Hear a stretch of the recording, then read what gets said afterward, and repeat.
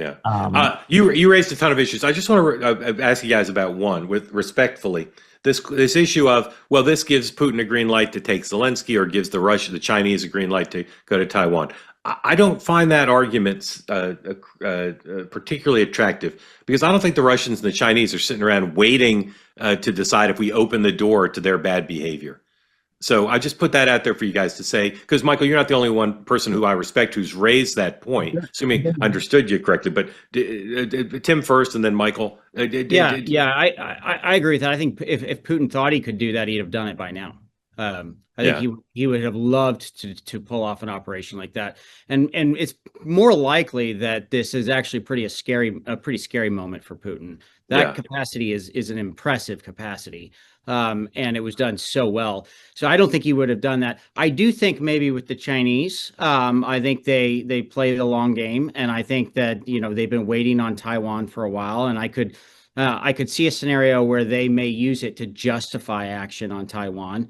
But that's all the more reason for the United States to be tight with Taiwan, and to project strength in that sphere. And to Michael's point, I think that is a good point. I mean, I don't see the obsession with this particular hemisphere. I mean, Europe's like a 6.5 hour plane ride away. Okay, I mean, yeah. it's this we live in a global community at this point, and what is happening in Europe impacts us just as much as what happens in Venezuela, and what happens in Taiwan will impact us as well. So I don't understand that obsession.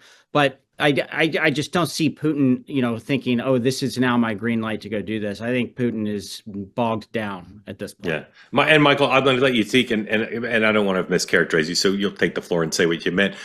There must be, I'm no geographical genius, there must be points in Latin America that are much further away than we are from Europe, right? There's more than 6 hour flight to the southernmost part of Latin America, I think. yeah, that's right. Yeah, at least from New York, which is all I care about. Michael, thoughts on what I asked you about? Yeah, it's not so much for me. I mean, look, I think Putin lost an ally in that hemisphere, but gained in the propaganda war, right? He's able to say, call us neo-imperialists, and we're no better than anybody else, kind of thing. He's able to do that now. With China, look, given what we know about the president's position on Taiwan, and how much manufacturing we are doing with our own chip industry here in the United States, seems to me that he doesn't really care about Taiwan. It doesn't really matter what the Chinese does there, but the Chinese isn't going to just sit by and allow their own investment in the military, the Venezuelan military, and Venezuelan economy just be taken over by the United States. I mean, it seems like they did prepare for a Chinese reaction, in a military reaction in a way, because we now have basically an entire air base in Yeah, Latin America. yeah. So to kind of discourage any Chinese ships from coming in. But like, I don't think that's the end of it. So I would have hoped that there is a preparation and a plan in place for the larger macro geo consequences.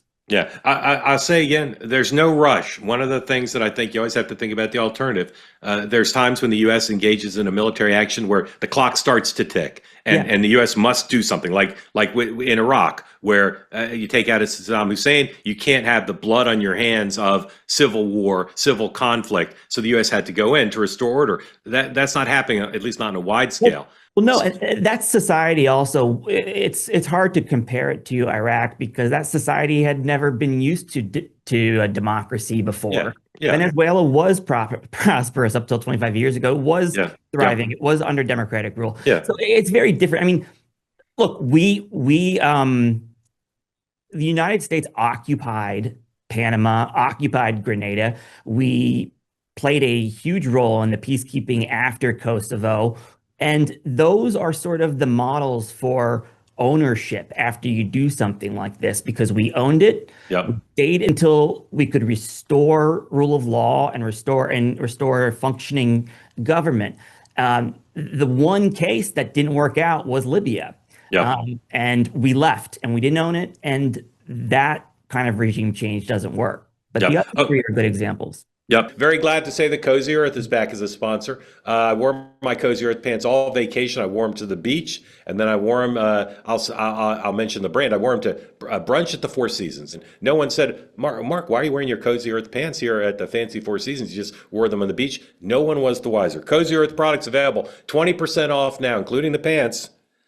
CozyEarth.com, promo code 2WMM. That extends to the sheets, the bamboo sheets, the bubble cuddle blanket, all of the different pants that I love so much. Give the gift of luxury this year. Buy some for yourself. Make every moment comfortable. Head to CozyEarth.com. Use my code 2WMM for 20% off everything on the site. Be sure to mention you heard about Cozy Earth here. Some of you mentioned to me that you got Cozy Earth products over the holidays for your loved ones or got them as a gift, and everybody was very pleased. So right now, CozyEarth.com, promo code 2WMM for 20% off everything on the site. They say that something that's easy is like a walk in the park. Well, easier than a walk in the park, hit the subscribe button, be part of the two-way community, never miss an episode, be part of our conversations. Thank you for your service to America. And don't forget, you can now listen to the morning meeting and Two-Way Tonight on Apple, Spotify, or wherever you get your podcasts.